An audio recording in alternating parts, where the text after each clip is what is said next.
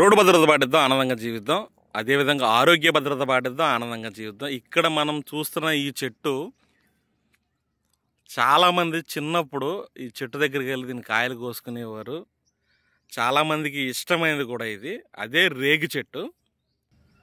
ఇక చూస్తే రేగికాయలు ఇవన్నీ. ఇది మనకి ఫ్రీ ఆఫ్ కాస్ట్, ఎటువంటి డబ్బులు కూడా ఖర్చు పెట్టకుండా మనం ఉచితంగా చిన్ననాటితనంలో అంటే 90s కిడ్స్ అన్నీ కూడా అందరూ చాలా ఎటువంటి మహా అయితే మనకి స్కూల్ దగ్గరికి వచ్చినప్పుడు ₹10 పెట్టి కొనుక్కునే వాళ్ళు మహా అయితే.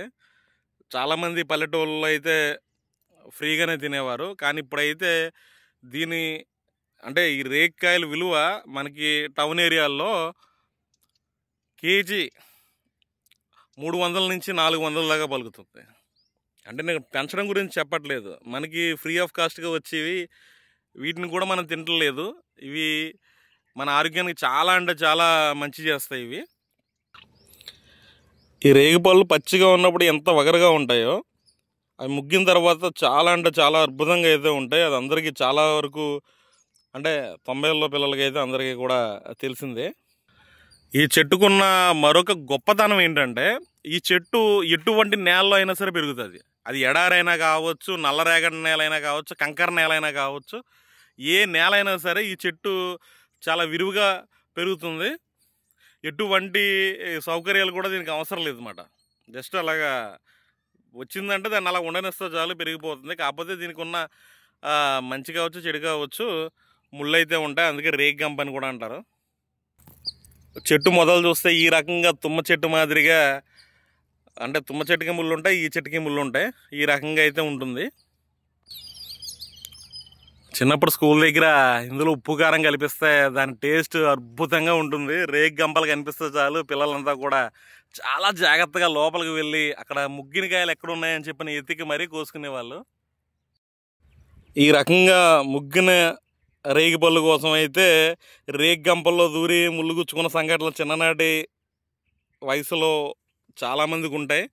ఈరోజైతే మనకి ఫ్రీ ఆఫ్ కాస్ట్లో గన్నవరం ఎయిర్పోర్ట్లో అయితే మనకి దొరికినాయి. గన్నవరం ఎయిర్పోర్ట్లో అంటే లోపల కాదు, ఇక్కడ బయటకు వచ్చినప్పుడు ఈ రకంగా అయితే మనకు కనిపించినాయి. చెప్పాలంటే చిన్నతనానికి తీసుకెళ్ళిపోయిందని చెప్పుకోవచ్చు. రేగి పళ్ళు అనేవి ఆరోగ్యానికి చాలా మంచివి. అది అన్ని సీజన్లలో మనకి ఏమేమి పళ్ళు దొరుకుతాయో, రేగి పళ్ళు కావచ్చు, ఏమైనా కావచ్చు, ఆ సీజన్ వైజ్ ఏవైతే మనకి దొరుకుతాయో వాటిని తింటే మన ఆ సీజన్లో మన ఆరోగ్యాన్ని బాగా చూసే బాధ్యత ఆ పళ్ళకు ఉంటుంది. కాబట్టి మనకి సీజన్ వారీగా దొరికి పళ్ళను తీసుకోవడం వల్ల హెల్త్కి చాలా అంటే చాలా మంచిది. ఈ వీడియో మీకు నచ్చింది, ఉపయోగపడుతుందని అయితే ఆశిస్తున్నాను. నేనైతే ఇప్పుడు ఎలాగ కోసిస్తాం కాబట్టి శుభ్రంగా నోట్లో వేసేస్తామాట. టేస్ట్ మాత్రం చాలా బాగుంది, న్యాచురల్గా వచ్చింది కదా, వితౌట్ ఎనీ కెమికల్స్ మాట. చిన్నప్పుడు రేగి చెట్టు కింద ఇలా పళ్ళు కనిపిస్తే శుభ్రంగా ఏరుకునే వాళ్ళం. పెద్ద అయ్యాం కదా, అందుకని చెట్టు పళ్ళకి చూసుకుంటున్నాం తప్పితే కానీ కింద అయితే ఏరుకోవట్లేదు. చాలామందికి రేగి వడియాలంటే చాలా అంటే చాలా ఇష్టం ఉంటుంది. మీకు రేగి పళ్ళు ఇష్టమా, రేగి వడియాలు ఇష్టమా? ఈ వీడియో మీకు నచ్చుంటే కింద అయితే కామెంట్ చేయండి. మనమందరం రోడ్డు భద్రత పాటిద్దాం, ఆనందంగా జీవిద్దాం.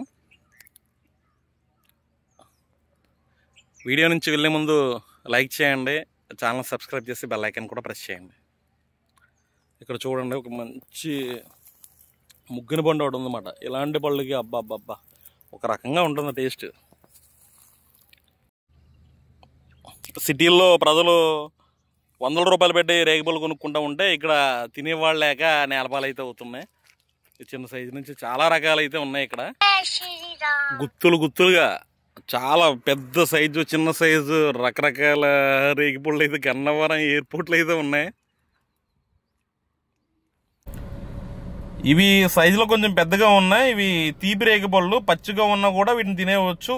లైట్ వగరగా తీయగా ఉన్నాయి. అవైతే అంటే చిన్న రేగిపళ్ళు అయితే మరీ వగరగా ఉంటాయి, కానీ ఇవైతే బాగున్నాయి. నేనైతే పచ్చివే మంచి రుచిగా ఉన్నాయి, పచ్చివే తిన్నాను. మీకు ఈ వీడియో నచ్చుంటే లైక్ చేయండి. మనందరం రోడ్డు భద్రత పాటిద్దాం, ఆనందంగా జీవిద్దాం.